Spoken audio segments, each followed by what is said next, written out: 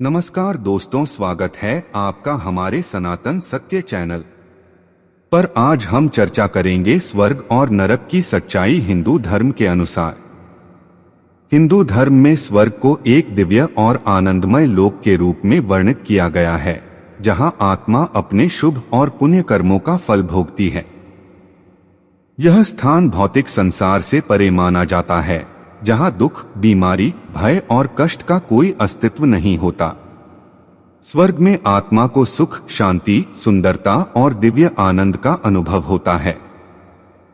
धार्मिक ग्रंथों के अनुसार यहाँ देवताओं का निवास होता है और वातावरण अत्यंत पवित्र और सकारात्मक ऊर्जा से भरा होता है। मनुष्य जब अपने जीवन में सत्य, धर्म, दया, सेवा और ईश्वर भक्ति जैसे अच्छे कर्म करता है, तो उसकी आत्मा मृत्यु के बाद कुछ समय के लिए स्वर्ग में जाकर इन कर्मों का फल प्राप्त करती है। हालांकि यह भी समझना जरूरी है कि हिंदू धर्म के अनुसार स्वर्ग स्थायी नहीं है। जब आत्मा के पुण्य कर्मों का फल समाप्त हो जाता है, तब उसे पुनः जन्म लेना पड़ता है। इसलिए स्वर्ग को अंतिम लक्ष्य नहीं माना गया, बल्कि इसे एक अस्थायी अवस्था के रूप में देखा जाता है, जो हमें यह सिखाती है कि अच्छे कर्म करने से हमें सुखद परिणाम मिलते हैं, लेकिन जीवन का परम उद्देश्य इससे भी आगे, यानी मोक्ष की प्राप्ति है। यहाँ सुख, शांति और आनंद का ऐसा अनुभव होता है जो पृथ्वी के किसी भी भौतिक सुख से कहीं अधिक गहरा और दिव्य माना गया है। हिंदू मान्यताओं के अनुसार स्वर्ग में आत्मा सभी प्रकार के दुख, चिंता, भय और पीड़ा से मुक्त होकर एक हल्के और प्रसन्न अवस्था में रहती है। वहां का वातावरण अत्यंत पवित्र, उज्ज्वल और सकारात्मक ऊर्जा से भरपूर होता है, जहां हर ओर सुंदरता, मधुरता और संतुलन दिखाई देता है। आत्मा को वहां मानसिक और आध्यात्मिक संतोष प्राप्त होता है, जो उसे पूर्ण शांति का अनुभव कराता है। न कोई संघर्ष होता है, न ही किसी प्रकार की कमी, हर इच्छा सहज रूप से पूरी होती है। यही कारण है कि स्वर्ग को आनंद और सुख का सर्वोच्च स्थान कहा गया है, जहां आत्मा अपने अच्छे कर्मों का फल पूरी तरह से भोगती है और एक दिव्य शांति में स्थित रहती है। हालांकि यह अवस्था भी स्थायी नहीं होती, बल्कि यह केवल तब तक रहती है जब तक आत्मा के पुण्य कर्मों का फल समाप्त नहीं हो जाता। लेकिन ध्यान देने वाली बात यह है कि हिंदू धर्म के अनुसार स्वर्ग हमेशा के लिए नहीं होता, बल्कि यह एक अस्थायी अवस्था है जहां आत्मा अपने पुण्य कर्मों का फल भोगती है।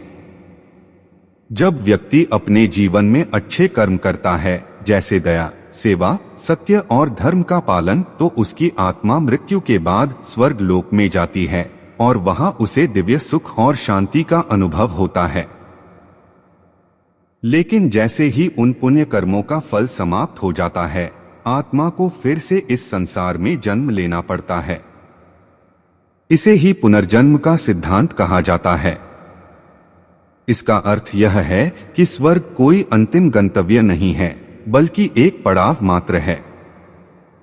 हिंदू धर्म हमें यह सिखाता है कि केवल स्वर्ग प्राप्त करना ही जीवन का उद्देश्य नहीं होना चाहिए, बल्कि हमें ऐसे कर्म करने चाहिए जो हमें जन्म और मृत्यु के इस चक्र से मुक्त कर सकें, जिसे मोक्ष कहा जाता है। यही कारण है कि स्वर्ग को एक अस्थायी सुख का स्थान माना गया है, न कि अंतिम सत्य नरक वह स्थान माना गया है जहां आत्मा को अपने बुरे और अधर्मपूर्ण कर्मों का फल भोगना पड़ता है। हिंदू धर्म के अनुसार जब व्यक्ति जीवन में पाप करता है, जैसे झूठ बोलना, दूसरों को कष्ट देना, हिंसा करना, छलकपट करना या धर्म के विरुद्ध आचरण करना, तो उसकी आत्मा मृत्यु के बाद नरक लोक में जाती है। वहां उसे अपने किए गए कर्मों के अनुसार विभिन्न प्रकार की पीड़ाओं और कष्टों का सामना करना पड़ता है, ताकि वह अपने पापों का प्रायश्चित कर सके। धार्मिक ग्रंथों में नरक को एक ऐसे स्थान के रूप में वर्णित किया गया है जहां दुख, अंधकार और भय का वातावरण होता है और आत्मा को अपने कर्मों के परिणामों का गहरा अनुभव कराया जाता है। हालांकि यह समझना भी जरूरी है कि नरक भी स्थायी नहीं है। जब आत्मा अपने पापों का फल पूरी तरह भोग लेती है, तब उसे फिर से जन्म लेने का अवसर मिलता है।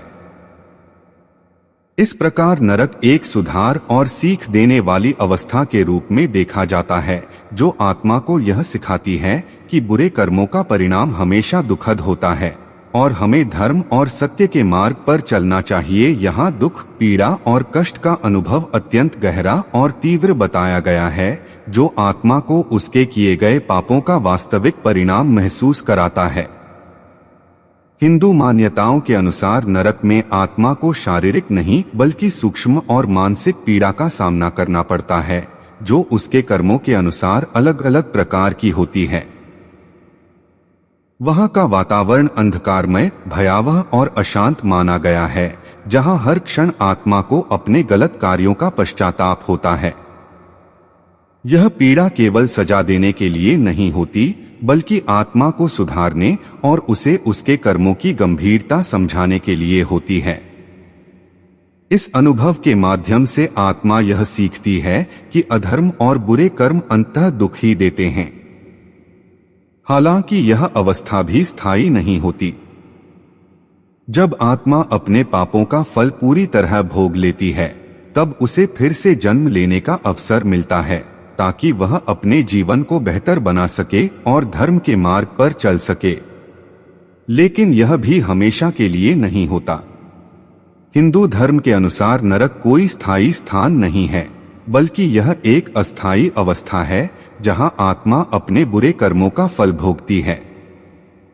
जिस प्रकार अच्छे कर्मों के लिए स्वर्ग मिलता है, उसी प्रकार पाप और अधर्म के लिए नरक का अनुभव होता है, परंतु यह अनुभव केवल तब तक रहता है जब तक उन कर्मों का फल समाप्त नहीं हो जाता।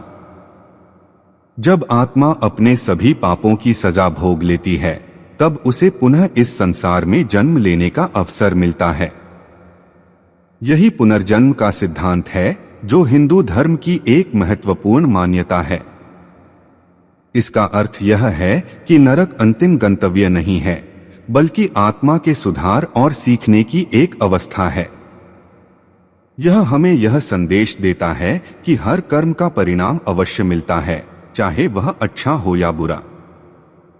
इसलिए मनुष्य को अपने जीवन में धर्म, सत्य और सदाचार का पालन करना चाहिए, ताकि उसे भविष्य में दुख और कष्ट का सामना न करना पड़े और अंततः मोक्ष की प्राप्ति हो सके। हिंदू धर्म का सबसे महत्वपूर्ण नियम है कर्म का नियम, जिसे जीवन का आधार और ब्रह्मांड का अटल सिद्धांत माना जाता है।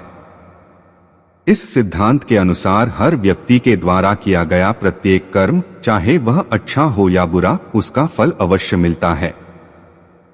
यह फल तुरंत भी मिल सकता है या फिर समय के साथ, यहाँ तक कि अगले जन्मों में भी मिल सकता है। कर्म केवल हमारे बाहरी कार्यों तक सीमित नहीं है, बल्कि हमारे विचार, भावनाएं और इरादे भी कर्म का हिस्सा होते हैं। हिंदू धर्म यह सिखाता है कि जैसा हम सोचते हैं, बोलते हैं और करते हैं, वैसा ही हमारे जीवन में लौटकर आता है। इसलिए व्यक्ति को हमेशा धर्म, सत्य, ईमानदारी, दया और सेवा के मार्ग पर चलने की प्रेरणा दी जाती है। कर्म का नियम पूरी तरह निष्पक्ष और न्यायपूर्ण माना जाता है, जिसमें किसी के साथ अन्याय नहीं होता। यही नियम यह भी स्पष्ट करता है कि हमारे वर्तमान जीवन की परिस्थितियां हमारे पिछले कर्मों का परिणाम हैं और आज के कर्म हमारे भविष्य को तय करेंगे। इस प्रकार कर्म का सिद्धांत हमें जिम्मेदारी से जीना, सही निर्णय लेना और अपने जीवन को सकारात्मक दिशा में ले जाने की प्रेरणा देता है। जैसा कर्म वैसा फल हिंदू धर्म का एक अत्यंत गहरा और अटल सिद्धांत है, जो यह दर्शाता है कि हर व्यक्ति अपने जीवन का निर्माता स्वयं होता है। इसका अर्थ है कि हम जो भी करते हैं, चाहे वह अच्छा हो या बुरा, उसका परिणाम हमें अवश्य मिलता है। अगर हम दूसरों के साथ प्रेम, दया, ईमानदारी और सहायता का व्यवहार करते हैं, तो उसी प्रकार के सकारात्मक परिणाम हमारे जीवन में लौटकर आते हैं। वहीं यदि हम छल, कपट, हिंसा या अन्याय करते हैं, तो उसका फल भी हमें किसी न किसी रूप में भुगतना पड़ता है। यह नियम केवल इस जन्म तक सीमित नहीं है, बल्कि अगले जन्मों पर भी प्रभाव डालता है। कई बार ऐसा होता है कि हमें अपने कर्मों का फल तुरंत नहीं मिलता, लेकिन समय आने पर वह जरूर मिलता है। यही कारण है कि हिंदू धर्म हमें हर परिस्थिति में सही और धर्म के मार्ग पर चलने की प्रेरणा देता है। यह सिद्धांत हमें यह समझाता है कि हमारा हर छोटा बड़ा कार्य महत्वपूर्ण है और वही हमारे भविष्य का निर्माण करता है। इसलिए हमें सोच समझकर कर्म करना चाहिए, क्योंकि अंततः हमें वही प्राप्त होता है जो हम दुनिया को देते हैं। अगर आप अच्छे कर्म करते हैं तो स्वर्ग मिलेगा। यह विचार हिंदू धर्म के कर्म सिद्धांत पर आधारित है, जहां हर अच्छे कार्य का सकारात्मक फल निश्चित माना जाता है। जब व्यक्ति अपने जीवन में सत्य, दया, करुणा, सेवा, ईमानदारी और धर्म का पालन करता है, तो वह न केवल समाज में अच्छा प्रभाव डालता है, बल्कि अपनी आत्मा को भी शुद्ध और उन्नत बनाता है। ऐसे पुण्य कर्मों के कारण मृत्यु के बाद आत्मा को स्वर्ग लोक में स्थान मिलता है, जहां वह अपने अच्छे कर्मों का फल सुख, शांति और आनंद के रूप में अनुभव करती है। यह एक प्रकार का पुरस्कार है जो आत्मा को उसके सही मार्ग पर चलने के लिए मिलता है। हालांकि यह भी समझना जरूरी है कि स्वर्ग प्राप्त करना अंतिम लक्ष्य नहीं है, क्योंकि यह अवस्था अस्थायी होती है। जब पुण्य कर्मों का फल समाप्त हो जाता है, तब आत्मा को पुनः जन्म लेना पड़ता है। इसलिए हिंदू धर्म हमें केवल स्वर्ग पाने के लिए नहीं, बल्कि सच्चे मन से अच्छे कर्म करने और अंततः मोक्ष की प्राप्ति के लिए प्रेरित करता है, ताकि हम जन्म और मृत्यु के चक्र से हमेशा के लिए मुक्त हो सकें। अगर बुरे कर्म करते हैं तो नरक का अनुभव करना पड़ेगा। यह सिद्धांत हिंदू धर्म के कर्मफल नियम का एक महत्वपूर्ण हिस्सा है, जो यह स्पष्ट करता है कि हर गलत कार्य का परिणाम दुख और कष्ट के रूप में मिलता है। जब व्यक्ति अपने जीवन में झूठ, हिंसा, धोखा, अन्याय, लालच या दूसरों को हानि पहुंचाने जैसे पाप कर्म करता है, तो उसकी आत्मा को मृत्यु के बाद नरक लोक में जाकर उन कर्मों का फल भोगना पड़ता है। वहां उसे अपने किए गए बुरे कार्यों का गहरा अनुभव कराया जाता है, ताकि वह अपने कर्मों की गंभीरता को समझ सके। यह प्रक्रिया केवल दंड देने के लिए नहीं होती, बल्कि आत्मा को सुधारने और उसे सही मार्ग की ओर प्रेरित करने के लिए भी होती है। नरक में मिलने वाले कष्ट आत्मा को यह सिखाते हैं कि अधर्म और बुरे कर्म अंततः केवल दुख ही देते हैं। हिंदू धर्म के अनुसार यह अवस्था भी स्थायी नहीं होती, बल्कि जब आत्मा अपने पापों का फल पूरा भोग लेती है, तो उसे फिर से जन्म लेने का अवसर मिलता है। इस प्रकार यह सिद्धांत हमें चेतावनी देता है कि हमें हमेशा अच्छे कर्म करने चाहिए, क्योंकि हमारे हर कार्य का परिणाम निश्चित रूप से हमारे जीवन और भविष्य को प्रभावित करता है। ठीक है, यह रहा इसका एक और बेहतर, सरल और ज्यादा प्रभावशाली पैराग्राफ। अगर कोई व्यक्ति बुरे कर्म करता है, तो हिंदू धर्म के अनुसार उसे उसके कर्मों का फल अवश्य भुगतना पड़ता है, जिसे नरक का अनुभव कहा जाता है। इसका मतलब यह है कि जीवन में किए गए गलत कार्य जैसे झूठ बोलना, किसी को धोखा देना, हिंसा करना या दूसरों को कष्ट देना अंततः आत्मा के लिए दुख और पीड़ा का कारण बनते हैं। मृत्यु के बाद आत्मा अपने इन्हीं बुरे कर्मों के परिणाम को एक कष्टपूर्ण अवस्था में अनुभव करती है, जहां उसे अपने कार्यों की गंभीरता का एहसास होता है। यह प्रक्रिया केवल सजा देने के लिए नहीं, बल्कि आत्मा को सुधारने और उसे सही रास्ता दिखाने के लिए होती है। जब आत्मा अपने बुरे कर्मों का फल पूरी तरह भोग लेती है, तब उसे फिर से जन्म लेने का अवसर मिलता है, ताकि वह अपने जीवन को सुधार सके और अच्छे मार्ग पर चल सके। हिंदू धर्म के अनुसार स्वर्ग और नरक दोनों अस्थायी हैं, और ये आत्मा की स्थायी अवस्था नहीं, बल्कि उसके कर्मों के फल को भोगने की कुछ समय की स्थितियां हैं। जब व्यक्ति अपने जीवन में अच्छे कर्म करता है, तो उसकी आत्मा स्वर्ग में जाकर सुख, शांति और आनंद का अनुभव करती है, लेकिन यह अवस्था हमेशा के लिए नहीं रहती। उसी तरह बुरे कर्म करने पर आत्मा नरक में जाकर अपने किए गए पापों का कष्ट और पीड़ा के रूप में फल भोगती है, लेकिन यह स्थिति भी स्थायी नहीं होती। जब अच्छे या बुरे कर्मों का फल समाप्त हो जाता है तो आत्मा को फिर से जन्म लेना पड़ता है, जिसे पुनर्जन्म कहा जाता है। हिंदू धर्म यह सिखाता है कि स्वर्ग और नरक अंतिम लक्ष्य नहीं है, बल्कि ये केवल कर्मों के परिणाम को संतुलित करने वाली अस्थायी अवस्थाएं हैं। जीवन का वास्तविक उद्देश्य इन दोनों से आगे जाकर मोक्ष प्राप्त करना है, जहां आत्मा जन्म और मृत्यु के चक्र से मुक्त हो जाती है और परम शांति को प्राप्त करती है। जब कर्मों का फल समाप्त हो जाता है तब हिंदू धर्म के अनुसार आत्मा फिर से जन्म लेती है, जिसे पुनर्जन्म कहा जाता है। इसका अर्थ यह है कि आत्मा एक शरीर को छोड़कर नए शरीर में प्रवेश करती है और फिर से एक नए जीवन की यात्रा शुरू करती है। यह प्रक्रिया कर्म सिद्धांत पर आधारित है, जहां आत्मा अपने पिछले जीवन के अच्छे और बुरे कर्मों का फल पहले स्वर्ग या नरक जैसे अस्थायी लोकों में भोगती है, और जब वह फल समाप्त हो जाता है तो उसे एक नया जीवन प्राप्त होता है। इस नए जन्म में आत्मा को उसके पूर्व कर्मों के आधार पर परिस्थितियां मिलती हैं, जैसे उसका परिवार, जीवन स्तर और अनुभव। हिंदू धर्म यह मानता है कि यह जन्म और मृत्यु का चक्र तब तक चलता रहता है जब तक आत्मा सभी कर्म बंधनों से मुक्त नहीं हो जाती। इसी मुक्ति को मोक्ष कहा जाता है, जो जीवन का अंतिम लक्ष्य माना गया है।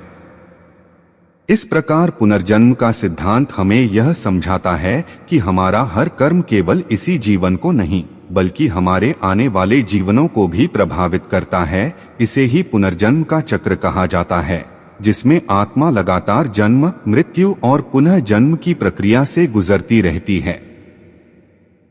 हिंदू धर्म के अनुसार यह चक्र आत्मा के कर्मों से जुड़ा होता है, जहां हर जीवन में किए गए अच्छे और बुरे कर्म अगले जन्म की परिस्थितियों को निर्धारित करते हैं। जब तक आत्मा अपने सभी कर्मों का फल पूरी तरह समाप्त नहीं कर लेती, तब तक वह इस चक्र से मुक्त नहीं हो पाती।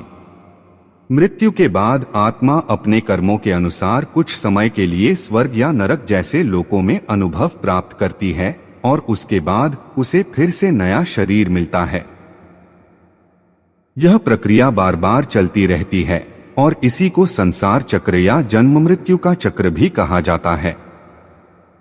हिंदू दर्शन के अनुसार इस निरंतर चक्र का उद्देश्य आत्मा को अनुभवों के माध्यम से परिपक्व बनाना है, ताकि वह अंततः सभी बंधनों से मुक्त होकर मोक्ष की अवस्था को प्राप्त कर सके, जहां उसे न जन्म लेना पड़ता है और न ही मृत्यु का सामना करना पड़ता है। हिंदू धर्म में अंतिम लक्ष्य स्वर्ग जाना नहीं है, बल्कि उससे भी आगे जाकर आत्मा की पूर्ण मुक्ति प्राप्त करना माना गया है, जिसे मोक्ष कहा जाता है। स्वर्ग को केवल एक अस्थायी सुखद अवस्था माना गया है, जहां आत्मा अपने अच्छे कर्मों का फल भोगती है, लेकिन यह अवस्था स्थायी नहीं होती और पुण्य समाप्त होने पर आत्मा को पुनः जन्म लेना पड़ता है। इसी तरह नरक भी बुरे कर्मों का फल भोगने की एक अस्थायी अवस्था है। इसलिए हिंदू धर्म यह स्पष्ट करता है कि केवल स्वर्ग प्राप्त करना जीवन का अंतिम उद्देश्य नहीं हो सकता। वास्तविक लक्ष्य यह है कि आत्मा जन्म और मृत्यु के निरंतर चक्र से पूरी तरह मुक्त हो जाए और सभी कर्म बंधनों को समाप्त कर दे। जब व्यक्ति अपने जीवन में निष्काम भाव से धर्म, सत्य, सेवा और ईश्वर भक्ति के मार्ग पर चलता है, तो वह धीरे धीरे मोक्ष की ओर अग्रसर होता है।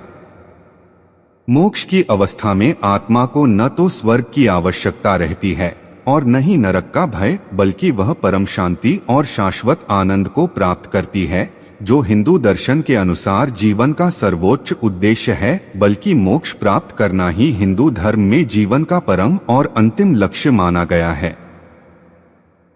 मोक्ष का अर्थ है आत्मा का जन्म और मृत्यु के निरंतर चक्र से पूर्ण रूप से मुक्त हो जाना, जहां उसे न तो किसी नए जन्म में प्रवेश करना पड़ता है और न ही स्वर्ग नरक जैसे अस्थायी अनुभवों से गुजरना पड़ता है।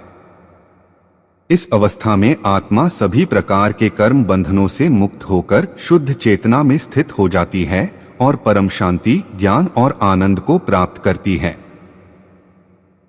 हिंदू दर्शन के अनुसार जब व्यक्ति अपने जीवन में निष्काम भाव से अपने कर्तव्यों का पालन करता है, सत्य का अनुसरण करता है, ईश्वर भक्ति में लीन रहता है और अहंकार तथा आसक्ति को छोड़ देता है, तो वह धीरे धीरे मोक्ष की ओर अग्रसर होता है।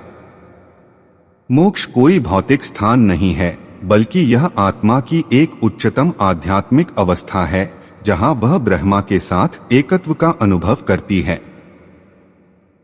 यही कारण है कि हिंदू धर्म में स्वर्ग को अंतिम लक्ष्य नहीं माना गया, बल्कि मोक्ष को ही सर्वोच्च उपलब्धि माना गया है, जो जीवन के सभी दुखों और बंधनों से पूर्ण स्वतंत्रता प्रदान करता है। मोक्ष का मतलब है जन्म और मृत्यु के चक्र से मुक्त होना, अर्थात आत्मा का उस अनंत यात्रा से छुटकारा पा लेना जिसमें वह बार बार नए शरीर में जन्म लेती है और पुराने शरीर को छोड़ती है।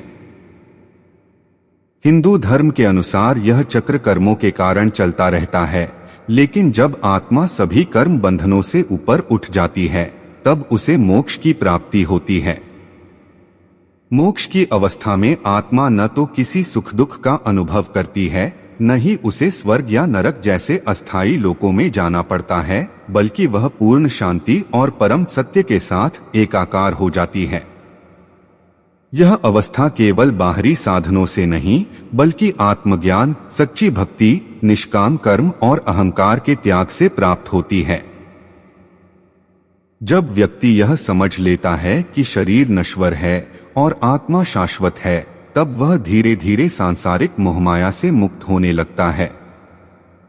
हिंदू दर्शन में मोक्ष को जीवन का सर्वोच्च लक्ष्य माना गया है, क्योंकि यह आत्मा को सभी दुखों, इच्छाओं और बंधनों से स्थायी मुक्ति प्रदान करता है और उसे परम आनंद की अवस्था तक पहुंचाता है। यही सच्ची शांति और अंतिम सत्य है, जिसे हिंदू धर्म में जीवन का सर्वोच्च लक्ष्य माना गया है।